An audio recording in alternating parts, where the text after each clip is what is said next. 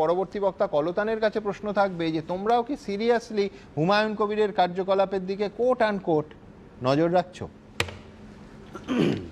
হুমায়ুন কবিরের কার্যকলাপের দিকে তো গোটা পশ্চিমবাংলার মানুষ নজর রাখছেন, কারণ রাজনীতি কখন কোন ধাপে চলবে, কোন রাস্তায় চলবে, সেটা হুমায়ুন কবিররা যখন দেখাবেন তো আমাদের দেখতে হবে।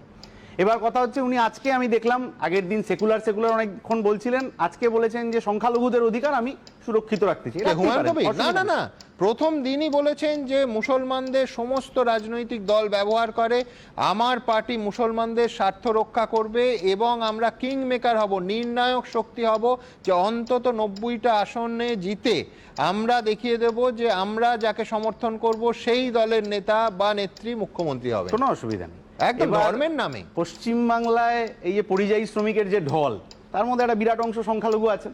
অবশ্যই এই পশ্চিমবাংলায় ফসলের দাম পাচ্ছেন না যে কৃষক, তাকে মাইক্রোফিন্যান্সের জালে জড়িয়ে পড়তে হচ্ছে, তার মধ্যে একটা বিরাট অংশের সংখ্যালঘু মানুষ রয়েছে। ফলে সংখ্যালঘু মানুষ যখন তার চাওয়া পাওয়ার ভিত্তিতে কোনো এক জায়গায় হতে চাইছেন, তখন নজরটা, স্টিয়ারিংটা ঘোরাবে হুমায়ুন কবির। সেই হীরক রাজা বলেছিলেন না যে অভিযোগ এক রোগ। ফলে এই অভিযোগ যাতে সাধারণ মানুষ জানাতে না পারেন, তার জন্য রোগের প্রতিষেধক হিসেবে হুমায়ুন কবিরকে দাঁড় করানো হচ্ছে কিনা সেটা একটা প্রশ্ন। কারণ এই মুর্শিদাবাদে গত 13 বছরে কটা মাদ্রাসা হুমায়ুন কবিরের প্রাক্তন না বর্তমান কি দল বলো আমি জানি না, উনি বোধহয় এখনো এমএলএ শিপ থেকে পদত্যাগ করেন। ফলে হুমায়ুন কবিরের যে তৃণমূল কি বিজেপি, যাই হোক তৃণমূল, তারা মাদ্রাসা কটা তৈরি করলো ওখানে, বিশ্ববিদ্যালয় কটা তৈরি করলো ওখানে, বিড়ি শ্রমিকদের যন্ত্রণা কি করলো, এইগুলো কিন্তু সংখ্যালঘু সংখ্যাগুরু কোনো মানুষের ক্ষেত্রে হুমায়ুন কবির তার সমস্যার সমাধান করার চেষ্টা করেননি। বরং বিজেপি ফেরত, মতাদর্শ একেবারে গায়ের ময়লার মতো সরিয়ে ফেলা লোককে তৃণমূল আবার মালা পরিয়ে এনেছিল।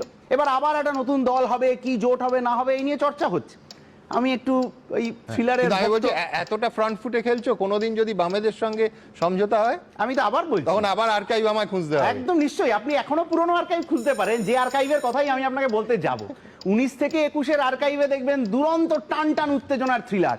এই চার্টার্ড প্লেনে করে কেউ দিল্লিতে গিয়ে পৌঁছালেন, এই অমুক জায়গা থেকে কাউকে বুত্তরীয় পরিয়ে দেওয়া হলো, বিজেপি চলে আসছে, এই যে ভাবটা, সেটা থ্রিলারের একরকম স্কিম ছিল যে রুটি রুজির কথা, পেটে আগুন জ্বলছে, যার জন্য পরিযায়ী শ্রমিককে কয়েক হাজার কিলোমিটার দূরে চলে যেতে হচ্ছে, নাহলে পরিবার পরিজন সন্তান ছেড়ে কে যেতে চায়।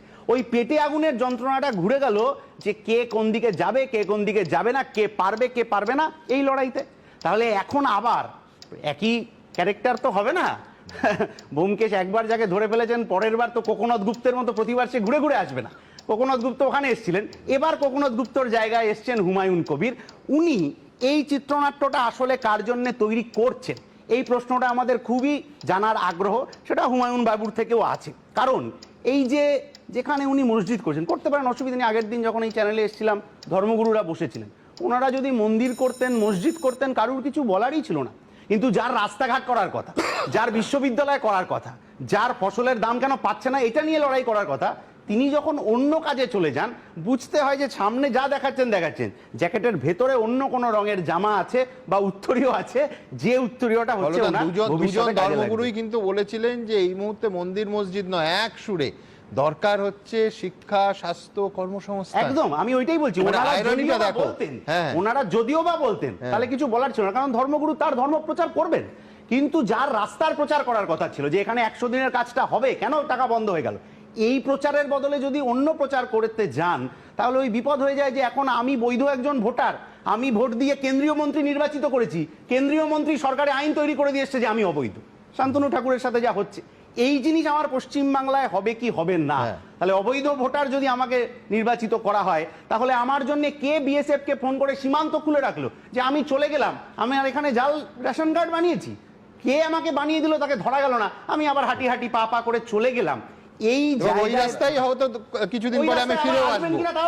আমি বলছি, ও ব্যোমকেশের কথা বললো, ব্যোমকেশ মানে পথের কাঁটা, আমি বলছি হুমায়ুন কবির তৃণমূলের কতটা পথের কাঁটা।